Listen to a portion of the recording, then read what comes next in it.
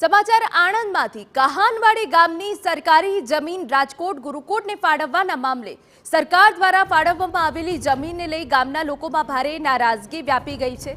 ગ્રામજનોએ રામદેવજી મંદિરે એકત્ર થઈ સરકારના નિર્ણય વિરુદ્ધ નારા લગાવ્યા। 10 માર્ચે ગામમાં ગ્રામસભાનું પણ આયોજન કરાયું છે।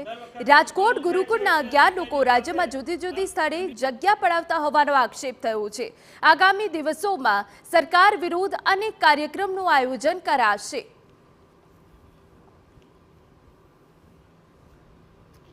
આ રીતની જમીનો પડાવી અને શિક્ષણના હેતુનો નામ આપી અને જમીનોનું બહુ મોટું કૌભાંડ આચરેલ છે। એ લોકો બહારના લોકોએ પણ અમને સહકાર આપવાનું કહ્યું છે, પણ અત્યારે ફક્ત આ ગામ સભા અમારા ગામની એકતા અને અખંડિતતા રાખવા માટે અમે બોલાવેલ છે। હવે પછીનું અમારું આંદોલન આક્રમક રહેશે।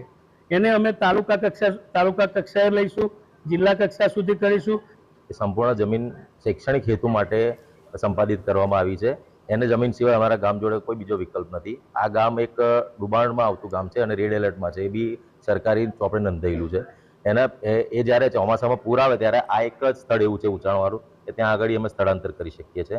હવે એ સ્થળાંતરની જગ્યા બધી સંપૂર્ણ આપી દેવામાં આવશે તો પછી ગામ લોકો ક્યાં જશે અને ડૂબી જશે એની જવાબદારી કોની રહેશે?